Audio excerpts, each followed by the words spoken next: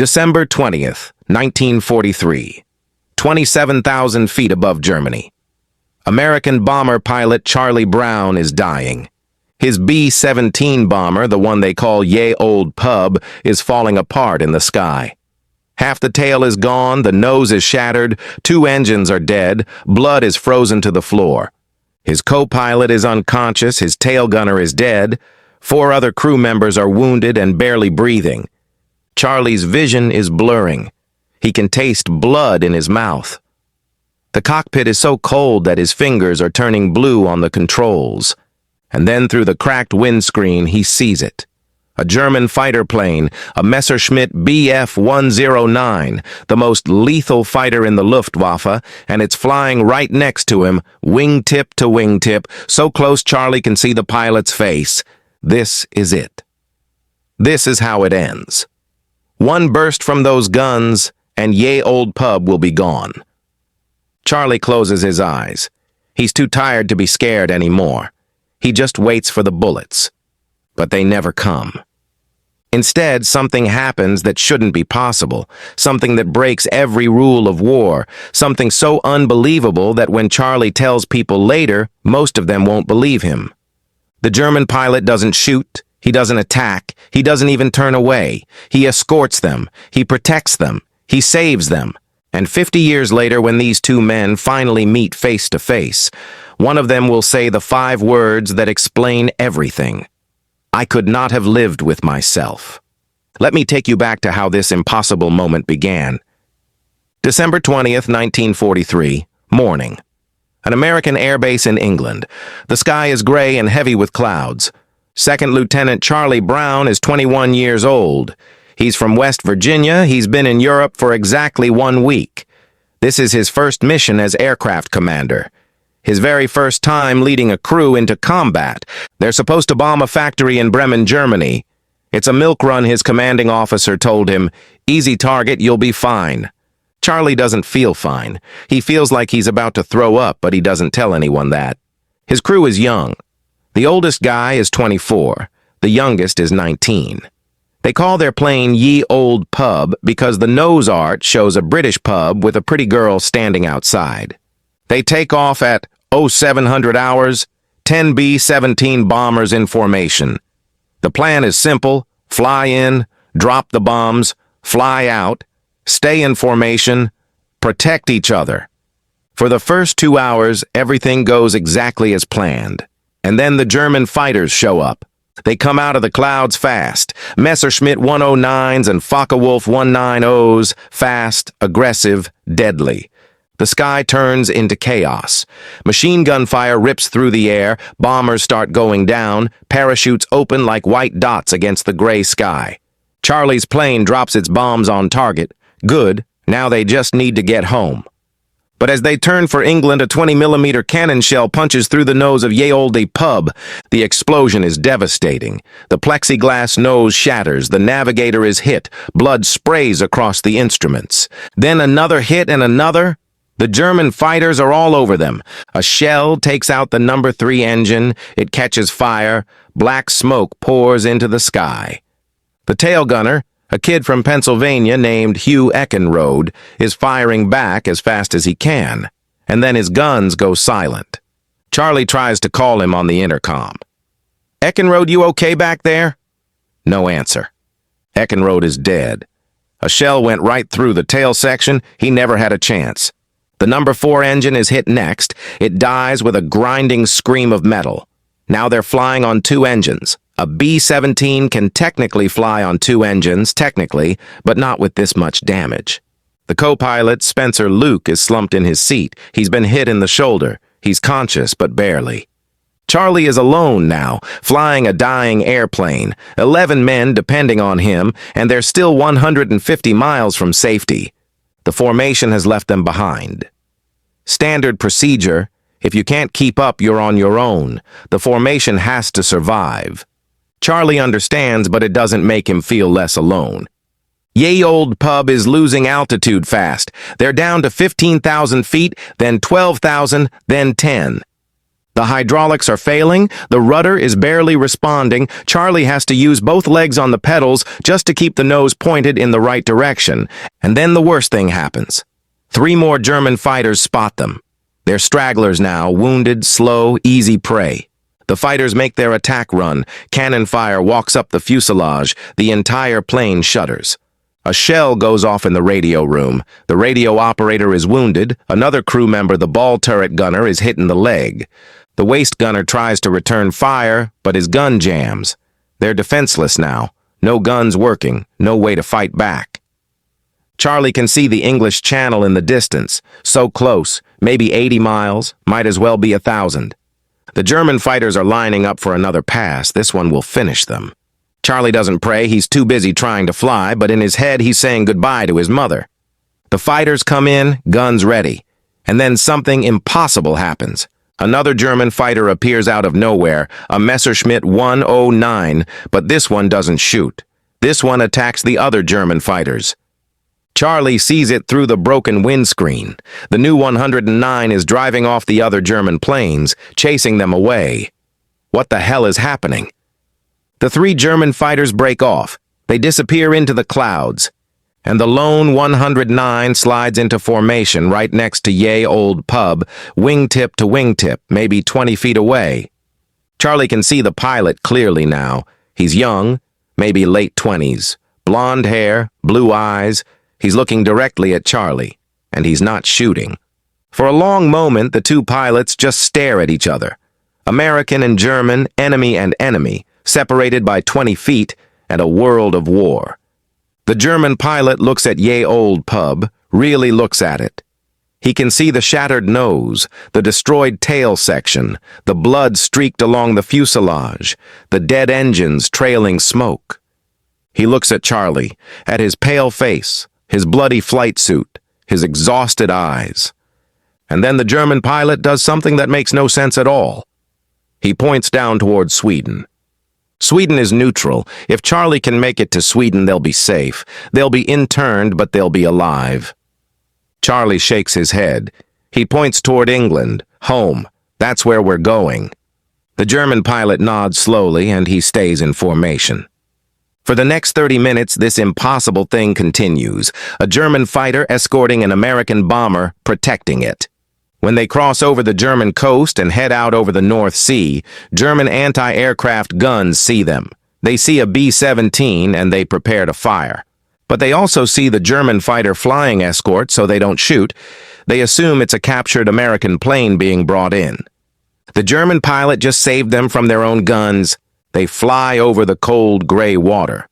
Ye Old Pub is barely staying in the air. Charlie has to constantly adjust the trim just to keep the nose up. His arms are shaking from exhaustion. His vision keeps going dark at the edges. But the German pilot stays with them like a guardian in an enemy uniform. When they finally reach the English coast, the German pilot does one last thing. He pulls up alongside Charlie's window, close, so close Charlie could almost reach out and touch the other plane. The German pilot looks at him and he salutes. A slow, deliberate military salute. Then he banks away and disappears into the clouds, back toward Germany, back toward home. Charlie is so stunned he almost forgets to fly. His co-pilot, who's regained some consciousness, looks at him with confused, pain-filled eyes. Did that really just happen? Charlie doesn't answer. He doesn't have words. He just flies. Barely. The landing gear won't come down. He has to belly land Ye Old Pub on the grass next to the runway. The plane hits hard. Metal screams, but it holds together. Just barely. Emergency crews rush to the plane. They pull the crew out. Some are carried on stretchers. Some walk. Hugh Eckenrode's body is removed carefully, respectfully. When the damage assessment team examines Ye Old Pub, they count over 400 holes, 400 places where metal and bullets and shells punched through. One mechanic looks at Charlie and says, "I don't know how you flew this thing home." Charlie just shakes his head. "I didn't. Someone else did." That night in the debriefing, Charlie tells the intelligence officers what happened, about the German pilot who didn't shoot, who escorted them, who saved them. The officers write it down, but Charlie can see it in their eyes. They don't quite believe it. One officer says, "You were in shock. You were wounded. Maybe you misunderstood what you saw." Charlie doesn't argue. What's the point? He knows what he saw. He knows what happened. But he also knows it sounds impossible. So he stops talking about it. He files it away in his memory as the strangest moment of his life, the enemy who became a protector. And he never expects to know anything more than that. Now let me tell you about the German pilot, because his story is just as important. His name is Franz Stigler. He's 27 years old, he's from Bavaria, and by December 1943 he's already an ace. He's shot down 22 Allied aircraft. Just 4 more and he'll earn the Knight's Cross, the highest honor a fighter pilot can receive. Franz didn't start the war wanting to be a fighter pilot. He wanted to be a commercial airline pilot. He loved flying, just flying, the freedom of it, the beauty. But war came, and Franz did his duty. He's good at it, very good, but he's not cruel. His instructor, a man he deeply respected, told him something early in the war that Franz never forgot. "You follow the rules of war. You are a fighter pilot first, not a murderer. If you shoot a man in a parachute, I will shoot you myself." Franz took that to heart. He fights with honor. He respects the enemy. He knows that on the other side of every airplane is a man just like him. On December 20th, 1943, Franz is at a German airfield near the coast. He's just landed after a morning patrol. He's refueling, getting ready to go back up. And then he sees it, a lone B-17 limping across the sky at low altitude, smoking, damaged, clearly struggling. This is it. This is his chance. 4 more to the Knight's Cross. Franz takes off fast. He climbs hard and positions himself behind the B-17. He's close enough now to see the tail number, the name painted on the side, Ye Old Pub. He moves in for the attack. His finger rests on the trigger, and then he sees something that makes him pause. The tail gun isn't moving. It's just hanging there, broken, or the gunner is dead. Franz moves closer. He can see into the waist section through the holes in the fuselage. He sees wounded men. He sees blood. He sees a crew member slumped over, clearly dead. He moves alongside the cockpit. He can see the pilot, young, pale, struggling just to keep the plane in the air. And in that moment, Franz makes a decision. This isn't a military target anymore. This is a wreck. This is 10 men who are already more dead than alive. Shooting them wouldn't be combat. It would be murder. Franz thinks about his old instructor, about honor, about the line between soldier and killer, and he knows he cannot cross that line. He could not have lived with himself. So instead of shooting, Franz takes up escort position. He starts protecting them. When other German fighters approach, Franz waves them off. He actually fires a warning burst to drive them away. He flies with Ye Olde Pub for over 30 minutes, across the German coast, over the North Sea, all the way to England. He knows what this means. If anyone finds out, he could be court-martialed, maybe even executed for treason, for helping the enemy. But in that moment, Franz doesn't care about the rules of war. He cares about the rules of humanity. When they reach England and he salutes Charlie Brown, Franz knows he might never see that American pilot again. He also knows he saved his life, and that's enough. Franz turns back toward Germany. He lands at his base, and he never tells anyone what he did. Not his commanding officer, not his fellow pilots, not even his family.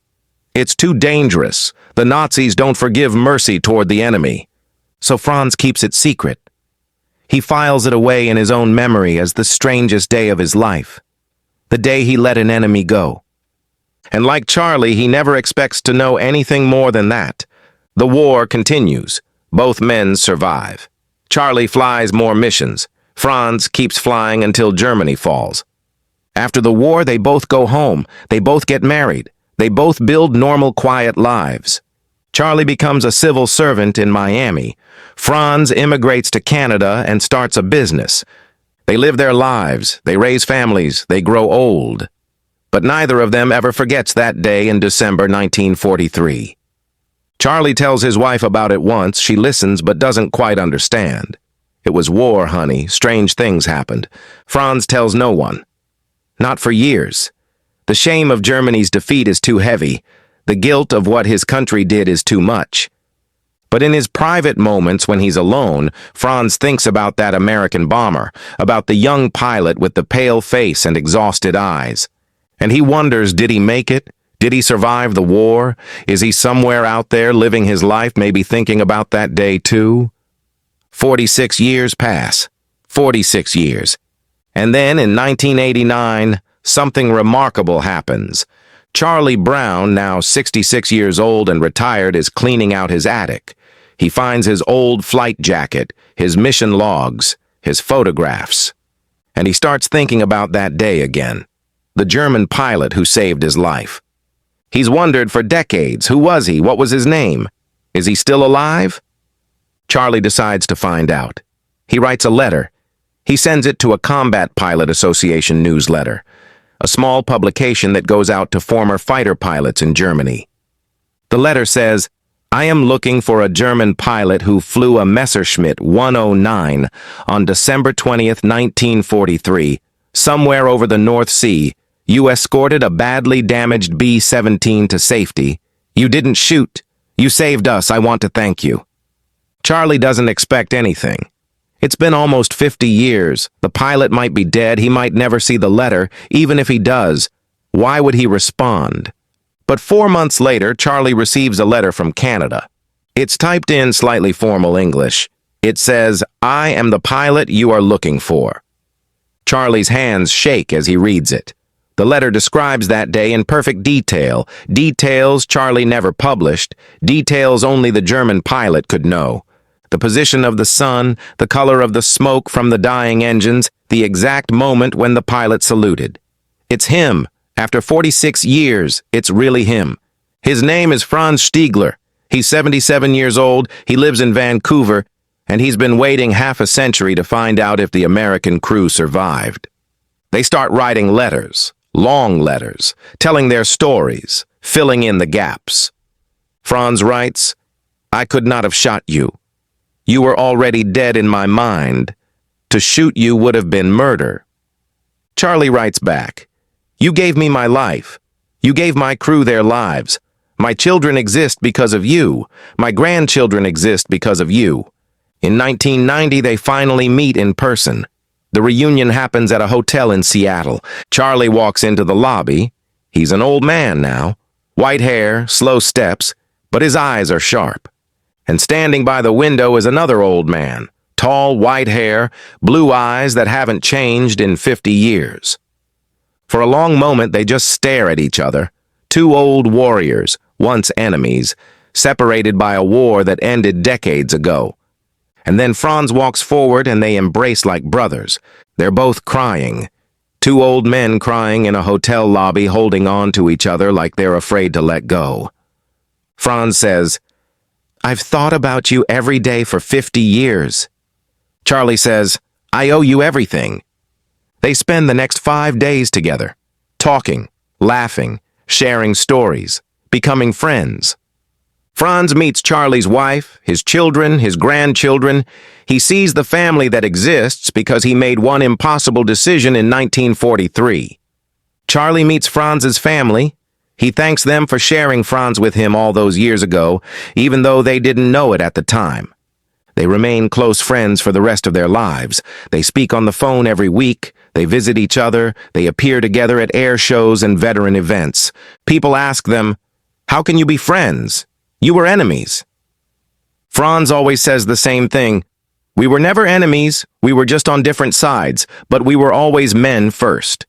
In 2008, Franz Stigler passes away. He's 92 years old. Charlie is at his bedside. Franz's last words to Charlie are simple. Thank you for finding me. Charlie holds his hand and says, thank you for saving me. 8 months later, Charlie Brown passes away too. He's 87 years old. At his funeral, they display a photograph. It shows two old men standing next to a restored B-17 bomber. They're smiling, arms around each other's shoulders. Underneath the photo, there's a plaque. It says, Enemies in war, brothers in peace. This story should be impossible. In the middle of the most brutal war in human history, an enemy pilot refuses to end a life when he has every right to, every reason to, every order to. He chooses mercy instead. He chooses humanity instead. And that choice echoes across 50 years. It brings two old men together. It creates a friendship that shouldn't exist. It proves something that war tries very hard to make us forget. That even in the darkest moments, even when everything is screaming at us to hate, to destroy, we still have a choice. We can still choose to be human. Franz Stigler didn't win the Knight's Cross. He didn't become a celebrated ace. He didn't get the glory he was working toward. But he got something better. He got to live with himself. He got to be the man his instructor taught him to be. He got to save 10 lives instead of taking them. And 50 years later, he got to meet the man whose life he saved. He got to see that man's children, his grandchildren. He got to see the ripple effect of one moment of mercy. Charlie Brown didn't get a medal for surviving that day. He didn't become famous. He just went back to flying, back to fighting, back to trying to survive the war. But he never forgot. He carried that moment with him for 46 years, and when he finally found Franz, he got to say the words that had been waiting in his heart for half a century. Thank you. You saved my life. 2 men, 2 countries, one impossible moment that changed everything. The enemy pilot who saved his enemy's life, the most unbelievable decision in World War II. And maybe, just maybe, the most important one. Because it reminds us that even in war, humanity can survive, honor can survive, mercy can survive. All it takes is one person willing to choose it.